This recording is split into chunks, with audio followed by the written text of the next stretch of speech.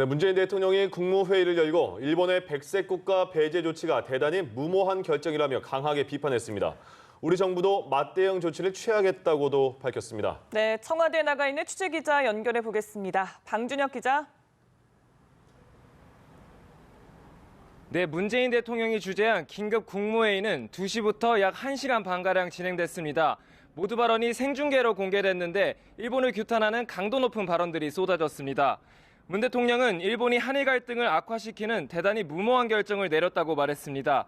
게다가 일본의 추가 조치는 우리 경제의 미래 성장을 가로막겠다는 의도라며 참으로 실망스럽다고 밝혔습니다. 문 대통령은 일본이 세계 경제에도 큰 피해를 끼치는 이기적 민폐 행위를 하고 있다고도 강조했는데요.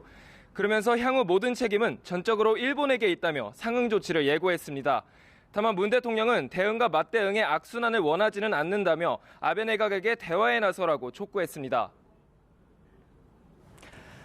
네, 그리고 문 대통령은 국민들을 향한 메시지도 덧붙였는데 관련 내용 정리해 주시죠. 네, 문 대통령은 지금의 위기를 오히려 기회로 삼자고 당부했습니다. 언젠가는 넘어야 할 산이었다며 우리 정부가 앞장서 위기를 극복하고 국민과 함께 승리의 역사를 만들겠다고 강조했습니다. 문 대통령은 이어 소재와 부품의 대체 수입처를 찾고 재고 물량을 확보하도록 지원하겠다고 말했습니다. 금융 지원을 포함해 기업의 피해를 최소화하도록 힘쓰겠다고도 밝혔습니다. 앞서 청와대는 컨트롤타워를 자처하며 긴밀하고 신속한 대응을 위한 상황반과 태스크포스를 설치하겠다고 밝혔습니다. 네, 그리고 청와대가 한일 군사정보보호협정 지소미아의 재검토 가능성을 다시 한번 시사했다고요?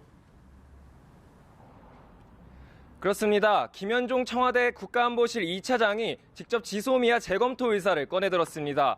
김현종 차장은 우리에 대한 신뢰가 없다는 나라와 민감한 군사정보를 공유하는 게 맞는 건지 의문이라고 밝혔습니다. 한일 군사정보보호협정은 우리 정부가 일본 정부에 내세울 수 있는 가장 강한 맞대응 카드로 꼽힙니다. 한편 김 차장은 지난달 우리 정부 고위급 인사 2명이 일본을 2번 찾아갔다고 설명했습니다. 강제징용 문제에 대한 우리 측의 입장을 상세히 설명했지만 일본이 대화 의지가 없었다고 강조했습니다. 같은 맥락에서 일본은 미국의 중재안이었던 스탠드스틸, 즉 추가 대응 조치를 취하지 말자는 휴전협정을 몇 시간 만에 거부했다고도 밝혔습니다.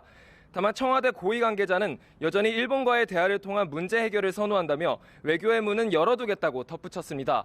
지금까지 청와대에서 연합뉴스TV 방준혁입니다.